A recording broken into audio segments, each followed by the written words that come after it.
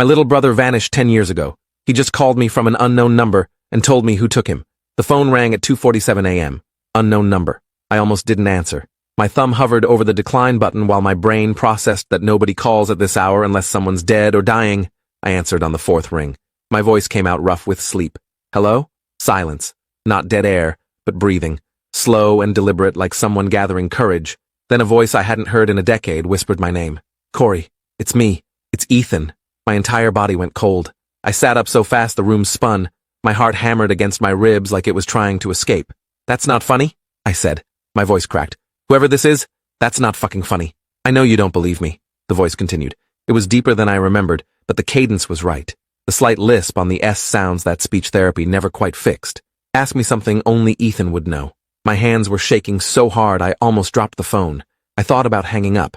I thought about calling the police. Instead, I heard myself ask, what did you hide in the treehouse before you disappeared? The treehouse Dad built behind our house when I was 8 and Ethan was 6. The one that got torn down 3 years after he vanished because Mom couldn't stand looking at it anymore. The voice on the other end exhaled shakily. Your diary, he said. The one where you wrote about Rebecca Flores. You said you loved her, but you were too scared to talk to her. You drew hearts around her name. I buried it under the loose board in the corner because you said if Mom found it, you'd die. The phone slipped from my fingers and hit the mattress. I grabbed it back with both hands. My vision was tunneling. Ethan. Jesus Christ. Ethan, where are you? Are you okay? Where have you been? I'm not okay, he said quietly. I haven't been okay for 10 years. But I'm alive and I need you to listen very carefully because I don't have much time. They monitor the phones. I stole this one from a supply closet, but they'll figure it out soon. Who's they? I demanded. Ethan, who took you? Where are you? I'll come get you right now. Just tell me where. His breath hitched like he was crying. You can't just come get me, he said. It's not that simple. There are procedures, systems. If you just show up, they'll move me. They'll disappear me somewhere worse. You have to do this the right way. My mind was racing. 10 years ago, Ethan was 6 years old. We'd been at the park 3 blocks from our house. Mom had sent me to watch him while she ran errands. I was 16 and annoyed about babysitting instead of hanging out with friends. I'd been on my phone texting Rebecca Flores trying to work up courage to ask her out. Ethan had been on the swings. I'd looked up, and he was gone. Just gone. No screaming, no struggle. Security footage from a nearby gas station showed a white van circling the park twice before Ethan disappeared. No plates visible. No other leads. The FBI investigated for 18 months. They found nothing. My parents divorced 2 years later. Dad moved to Oregon. Mom started drinking. I dropped out of college to take care of her. 10 years of guilt and grief and what-ifs that never got answered. Ethan, I said. My voice was barely above a whisper. Just tell me what to do. Tell me how to find you. You remember Coach Sullivan? He asked. The question hit me like a punch to the stomach. Of course I remembered Coach Sullivan. He'd coached our youth soccer team. He'd driven us to games when Dad was working. He'd come to Ethan's 6th birthday party 2 weeks before he disappeared. He'd been at the search parties. He'd helped put up missing posters with my parents. He'd cried at the press conference when Mom begged whoever took Ethan to bring him home. Coach Sullivan took me, Ethan said. His voice was flat now, empty. He took me and he kept me. He's been keeping me for 10 years, and I'm not the only one. My stomach lurched. I ran to the bathroom and threw up. The phone was still pressed to my ear. I could hear Ethan breathing on the other end. When I could speak again, I asked, Where are you? His house, Ethan said. The one on Maple Street. You've been there dozens of times. You ate dinner at his table. You swam in his pool. You slept in his guest room during the team sleepover. I was underneath you the whole time. My legs gave out. I sank to the bathroom floor. Underneath? There's a room, Ethan explained. Under the garage. Soundproofed. Climate-controlled. He built it himself 20 years ago. The entrance is hidden behind the water heater. There are 6 of us down here right now. The youngest is 4. He's had her for 8 months. Her name was Lily Garcia before he took her. He calls her 13 now. That's what he does. He gives us numbers instead of names. I'm 7. I want to throw up again, but there was nothing left. Corey, he continued. His voice was urgent now. You need to call the FBI, not the local police. He has friends in the department. That's how he's gotten away with it for so long. He knows when investigations get too close. He knows how to redirect them. You need to call Special Agent Victoria Ramos. She's with the Child Exploitation Task Force. Her direct number is in the FBI directory.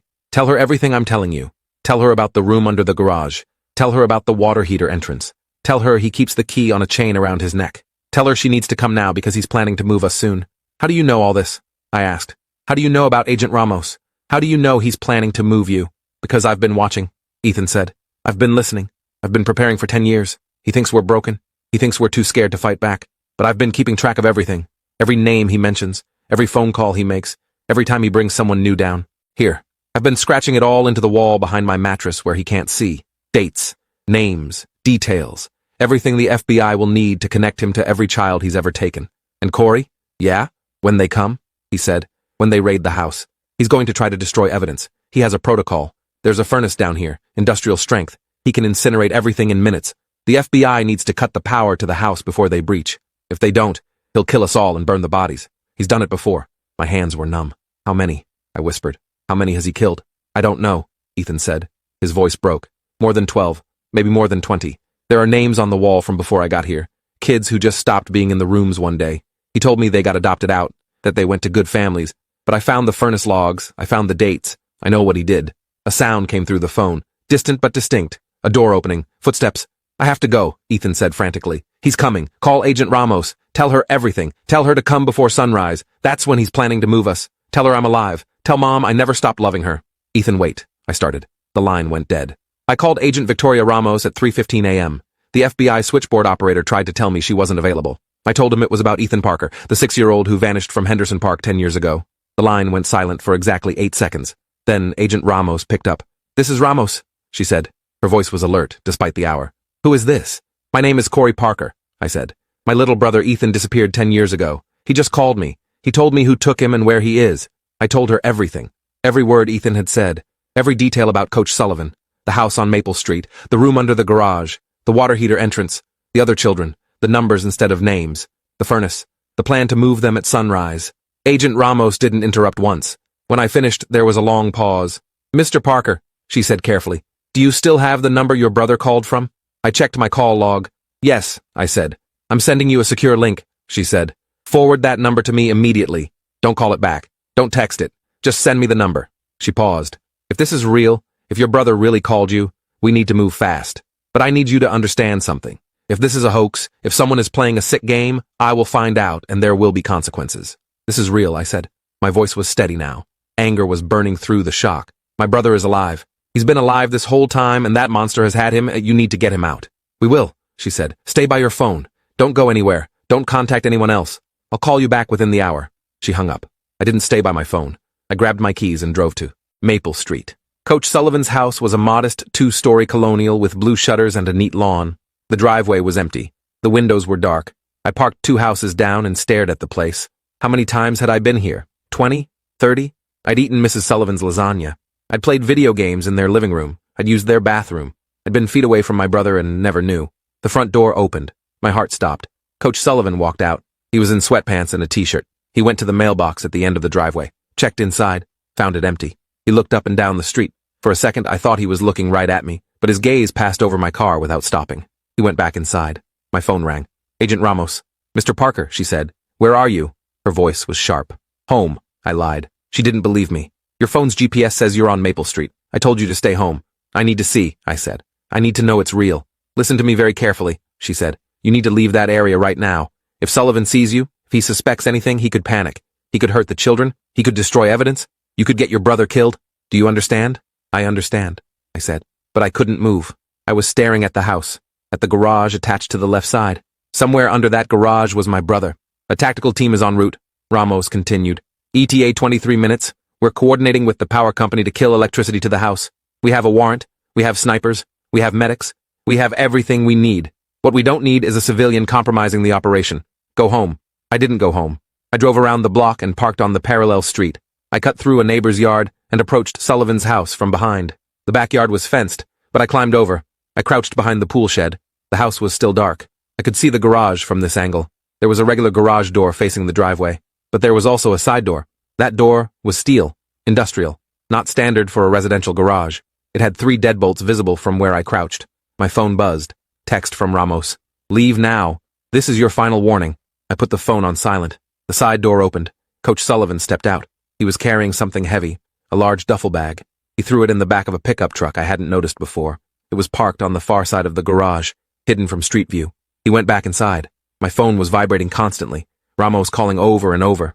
I ignored it. Sullivan came out again. Another duffel bag. Then another. 3 total. Each one bulky and awkward. He closed the truck's tailgate. He checked his watch.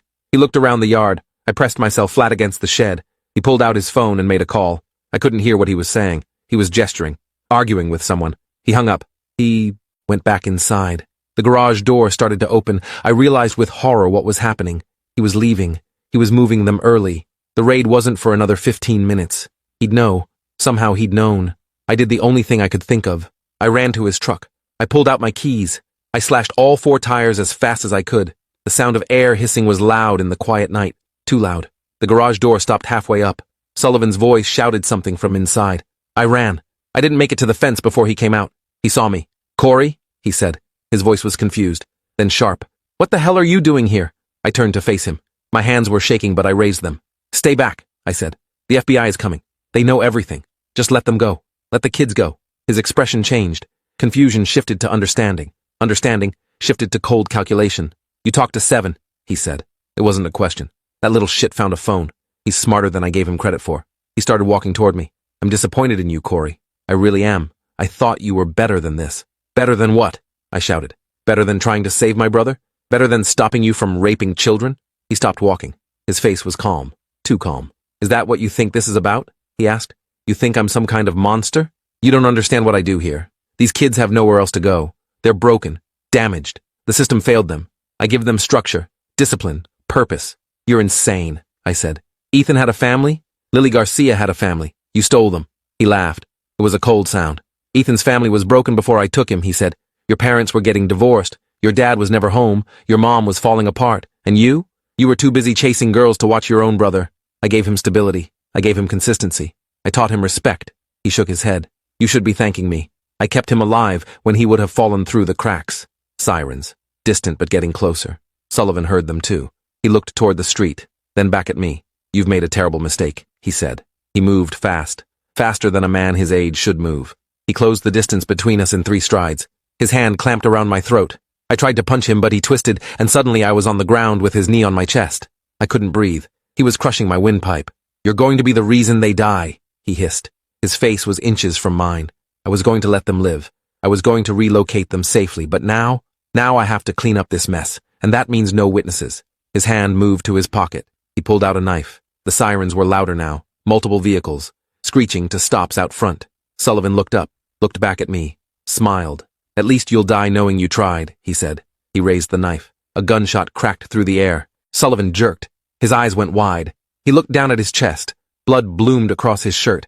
He fell sideways off me. I gasped for air, rolled away from him. FBI tactical agents swarmed the yard. Red laser dots everywhere. Hands pulled me up, pulled me back.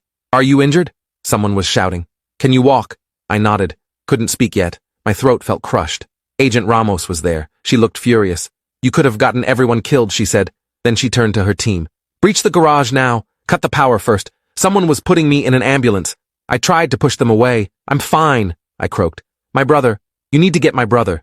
They're getting him, a paramedic said. Just let us check you out. I sat in the ambulance and watched. Tactical teams entered through every door. The house went dark. Power cut.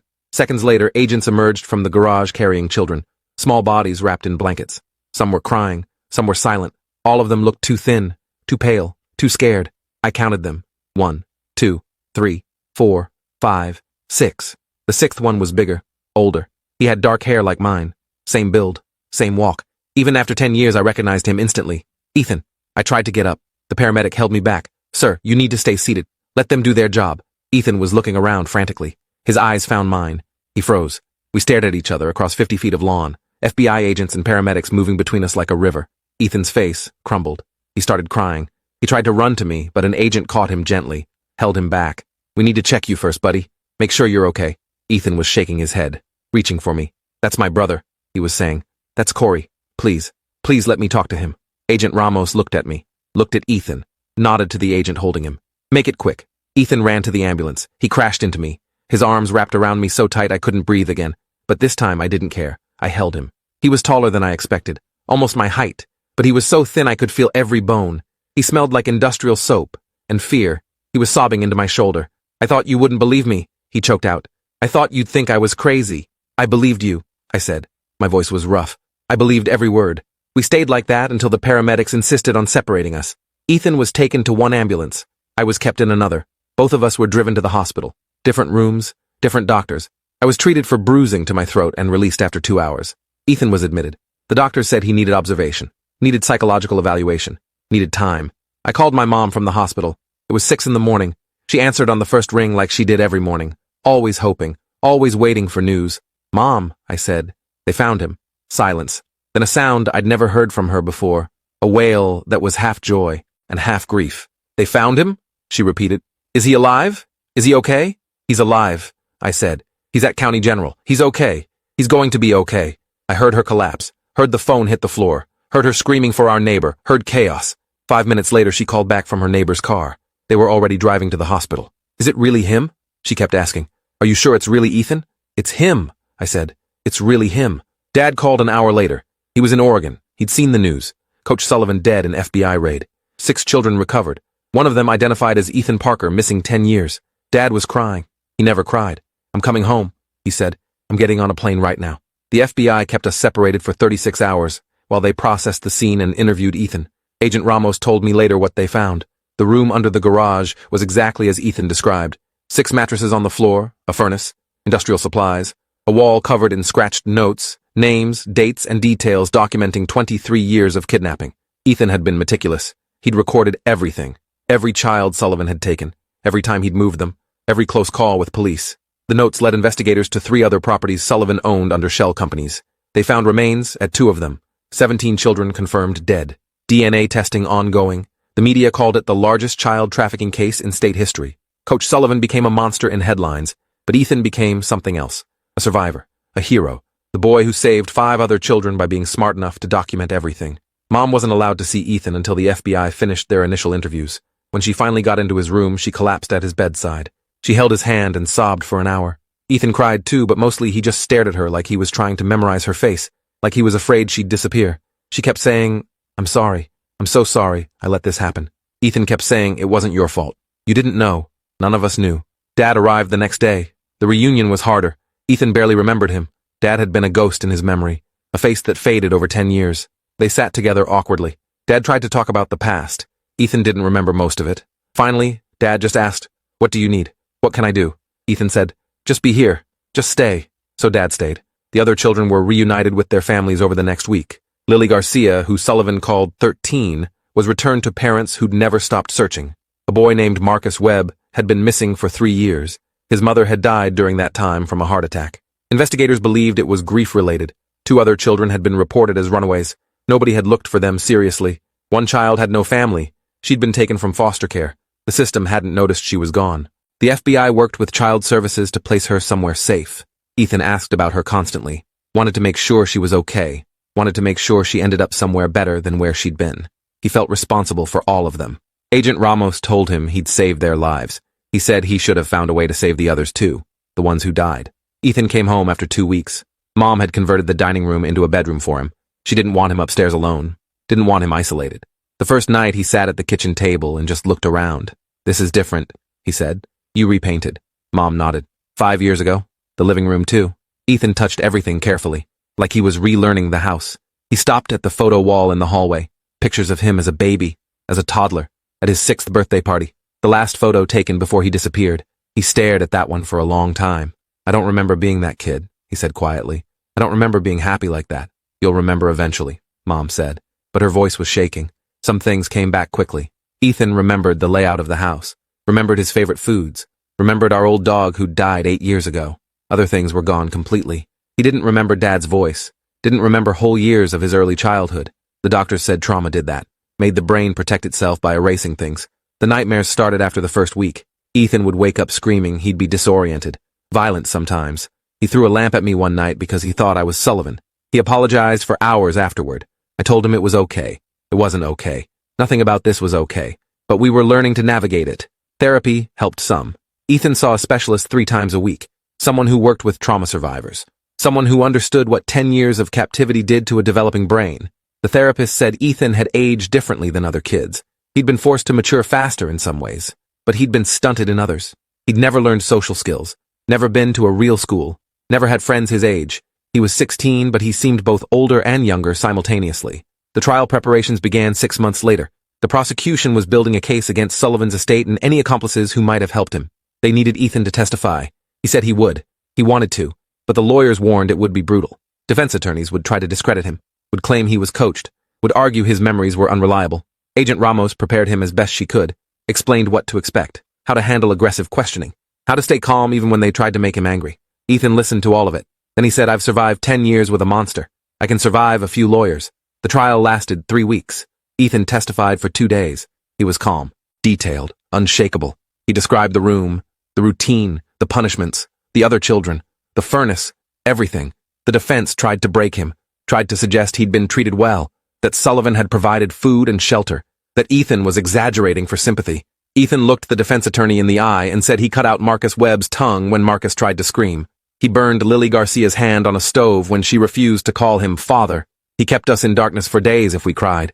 He made us watch when he hurt the others. He told us we were numbers because names were for people, and we weren't people anymore. We were his property. Is that treatment you'd accept for your children? The courtroom was silent. The defense attorney had no response. The jury convicted on all counts. Sullivan's estate was liquidated. Funds were distributed to the families of victims.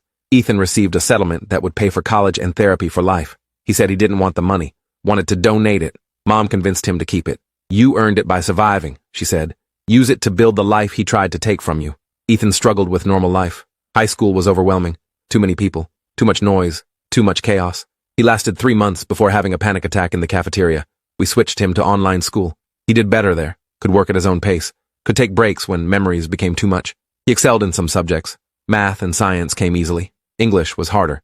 Writing about feelings and experiences triggered things he wasn't ready to process. His teachers were patient, accommodating. They knew his story. Everyone knew his story. That was part of the problem.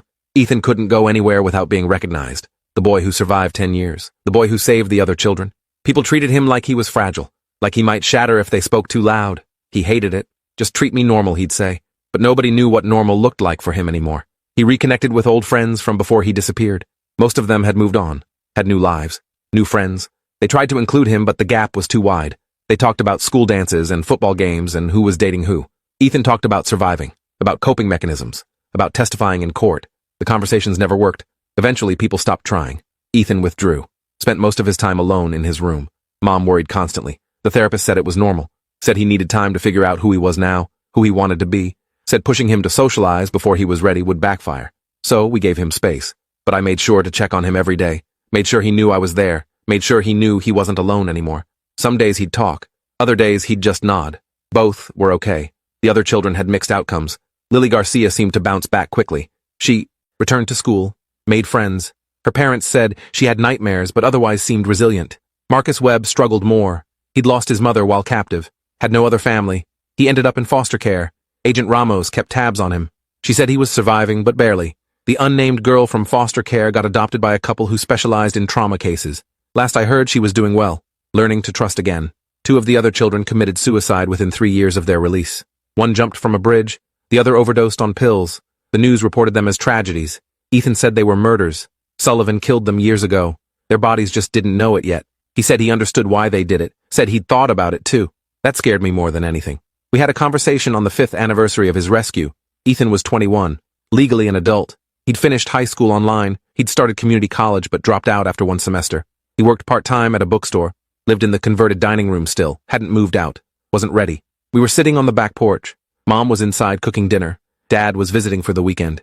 He did that more often now, trying to rebuild what had been broken. Ethan looked at me and asked, "Do you ever wish I'd stayed gone?" The question hit me like a punch. What? No. Why would you ask that? He shrugged. Everyone's lives got ruined when I disappeared, he said. Mom and Dad divorced. You dropped out of college. Everything fell apart. Maybe it would have been better if I'd just stayed missing. If you'd all moved on. I grabbed his shoulder, turned him to face me. Listen to me, I said. My voice was shaking. Nothing about you being gone was better. Nothing. Yes, everything fell apart. But it fell apart because we lost you. Because we loved you. Because we couldn't imagine a world where you weren't coming home. Your coming back didn't ruin our lives. It saved them. It gave us purpose again.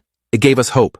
You being here is the only thing that makes any of the suffering worth it. He started crying. I pulled him into a hug. We stayed like that until Mom called us for dinner. At the table, Dad raised a glass. To 5 years, he said. To surviving. To family.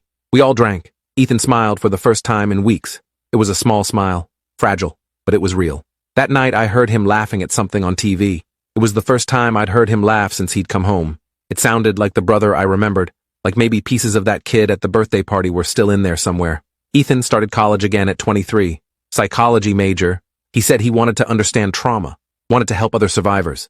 Wanted to turn his experience into something useful. He excelled this time. The structure worked for him. The purpose drove him. He made a friend, a girl in his study group who didn't know his story, who treated him like a normal person. They got coffee, studied together. She asked him out. He panicked, told her he couldn't. She asked why. He finally told her everything. She listened to all of it. Then she said, "Okay, that doesn't change anything. You're still the person I've been talking to for 3 months. You're still smart and funny and kind. Your past is part of you, but it's not all of you." They started dating. Ethan told me she made him feel human again, made him remember what it was like to connect with someone, to trust someone. It was the first healthy relationship he'd had since before Sullivan. The 10th anniversary of his rescue brought media attention again. Reporters wanted interviews, wanted to know where is he now. Ethan declined most of them, but he agreed to one, a documentary about survivors of long-term captivity. He wanted other people going through similar things to know they weren't alone. The interview was hard to watch. Ethan described things he'd never told us, details about the abuse, about the manipulation, about how Sullivan had convinced him for years that his family had forgotten him, that nobody was looking, that he'd been abandoned. The interviewer asked how he survived. Ethan said, "I survived because I kept a piece of myself hidden where he couldn't reach it. A piece that remembered Corey teaching me to ride a bike, that remembered Mom singing me to sleep, that remembered Dad building the treehouse. I held on to those memories like they were oxygen. And when I finally got that phone, I knew exactly who to call, because I never stopped believing my brother would come for me." The call came 3 days after the documentary aired. Unknown number. I almost didn't answer. Then I remembered 10 years ago. Remembered another unknown number that changed everything. I answered. "Hello?" Silence. Then breathing. My blood ran cold. "This is Detective Sarah Reeves," a woman's voice said. "I'm calling about Ethan Parker." My heart stopped. "Is he okay? What happened?" "He's fine," she said quickly. "But we need to talk. We found something during a cold case review. Something that connects to his case. Can you come down to the station?" I went immediately. Detective Reeves met me in an interrogation room. She had files spread across the table. Crime scene photos, documents, a laptop. She looked exhausted. "Mr. Parker," she said, "what I'm about to tell you is going to be difficult to hear. I need you to stay calm." She pulled up a photo on the laptop. It showed a room, concrete walls, mattresses on the floor, a furnace in the corner. It looked exactly like the room under Sullivan's garage, but it wasn't. "This photo was taken 6 months ago," Detective Reeves said, "from a property in the next county. We rated it based on a tip, found 3 children, ages 9, 12, and 14. All of them had been missing for years. When we processed the scene, we found something." She clicked to another photo, a wall covered in scratches, names, dates, details, just like Ethan's wall. But these notes were different. They referenced Sullivan. They referenced other locations. They referenced something called the program. Detective Reeves looked at me. "Your brother wasn't part of an isolated incident," she said. "He was part of a network. Sullivan wasn't working alone. He was one of many, and the program is still operating." My hands were shaking. "Does Ethan know?" "Not yet," she said. "We wanted to talk to you first. We need his help. The children we recovered mentioned someone called the coordinator. They said this person managed multiple houses, multiple handlers. Your brother's testimony took down Sullivan, but the coordinator is still out there, still operating. We need Ethan to look at the evidence. See if anything connects to his experience. See if he recognizes names or locations." I felt sick. "You want him to relive all of it again?" "I know what I'm asking," Detective Reeves said quietly. "But we have a chance to shut this entire network down, to save dozens of children, maybe hundreds, but we can't do it without him." "I'll ask him," I said. "But if he says no, that's final. You don't pressure him. You don't guilt him. Understood?" "Understood," she said. Ethan said yes. Of course he said yes. He'd spent 10 years documenting everything for this exact reason. He met with Detective Reeves and a team of FBI agents, including Ramos, who was now leading the task force. They showed him everything. Photos, documents, testimony from the 3 recovered children. Ethan went through it methodically, pointed out connections, recognized coded language, identified patterns. "This location?" he said, pointing at a property deed. "Sullivan took me there once. He called it a way station. Said it was for transitions, for moving kids between handlers." He showed them the scratches on his wall from the evidence photos. "See this symbol?" he asked. "It's not random. It's a marker. Sullivan used it to denote high-value targets, kids who were being groomed for specific buyers." The FBI agents exchanged looks. "How do you know this?" one asked. "Because he told me," Ethan said flatly. He bragged about it, thought it made him important, thought it made him part of something bigger. The investigation expanded rapidly. Using Ethan's information, the FBI identified 6 more properties, raided them simultaneously, recovered 11 more children, arrested 4 more handlers. Each arrest led to more information, more connections. The network was massive, spanning multiple states, operating for over 30 years. Sullivan had been mid-level, a handler who managed long-term captives, but the coordinator remained elusive. Nobody knew their real identity. The handlers communicated through encrypted channels, used codenames, never met in person. The coordinator was a ghost. But Ethan remembered something, a phone call he'd overheard. Sullivan arguing with someone, using a name, not a code name, a real name.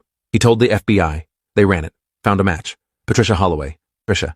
Retired social worker, 68 years old. She'd worked in child services for 40 years, had access to thousands of vulnerable children, had recommended foster placements, had facilitated adoptions, had been trusted completely. The FBI arrested her at her home. She denied everything at first. Then they showed her the evidence, the financial records, the encrypted communications, the testimony from handlers who'd flipped. She broke, confessed to everything, said she'd started the program in the 1990s, said it began as a way to provide structure to children who'd fallen through the cracks, said it evolved into something else, something profitable, something monstrous. She gave up names, locations, clients. The FBI spent the next year dismantling the entire network. 63 arrests, 94 children recovered, remains of 41 children found at various properties. It was the largest child trafficking operation in U.S. history. Ethan's documentation had made it possible. His refusal to forget, his determination to remember every detail. Agent Ramos told him he'd saved more lives than any other witness she'd ever worked with. Ethan said he wished he'd saved more. The trials took 3 years. Ethan testified at 12 of them, each time breaking him a little more, each time forcing him to relive trauma he'd spent years trying to process. But each conviction helped. Each sentence gave him a sense of purpose. Patricia Holloway got life without parole. The 4 other handlers got similar sentences. Multiple clients were convicted. Rich men who'd paid 6 figures for access to children. Celebrities, politicians, business leaders. The media called it a scandal. Ethan called it justice. But the toll on him was visible. He lost weight, stopped sleeping. His relationship ended. His girlfriend couldn't handle the constant media attention, the constant reminders of his trauma. She said she loved him, but couldn't live in his shadow. Ethan understood, said he didn't blame her, but I could see it destroyed him. Another loss. Another thing stolen by Sullivan and the program. Mom retired from her job to take care of him full-time. Dad moved back from Oregon permanently. We became a family again, broken and rebuilt. Different than before, but together. Ethan finished his degree, got accepted into a graduate program for trauma counseling, started working with other survivors. He was good at it, better than any therapist he'd seen. He understood in ways others couldn't. He knew what it was like to be trapped, to be powerless, to be told you were worthless. He knew how to reach people who'd been through similar things, how to help them reclaim their humanity. He saved lives in a different way, quieter, more personal, but no less important. He told me once that Sullivan had tried to break him, tried to turn him into a number, into nothing, but he'd failed. Because even in that room, even with no name, Ethan had held on to one truth. He had a brother who would never stop looking for him, and that had been enough. 10 years after his rescue, Ethan opened a nonprofit, an organization dedicated to supporting survivors of long-term captivity, providing therapy, legal assistance, job training, housing, everything the system failed to provide. He named it Seven's House. After the number Sullivan had given him, he reclaimed it, turned it into something meaningful. The organization grew quickly, expanded to multiple cities, helped hundreds of survivors rebuild their lives. Ethan became a voice for people who'd been silenced. He spoke at conferences, testified before Congress, pushed for better laws protecting vulnerable children, better oversight of foster systems, better training for social workers. He turned his trauma into advocacy, his pain into purpose. He told me once that Sullivan had wanted to destroy him. Instead, he'd created someone who would dedicate their life to destroying people like Sullivan. In the end, Ethan said, I won. Thanks for watching till the end. Make sure to subscribe and like to not miss the next story.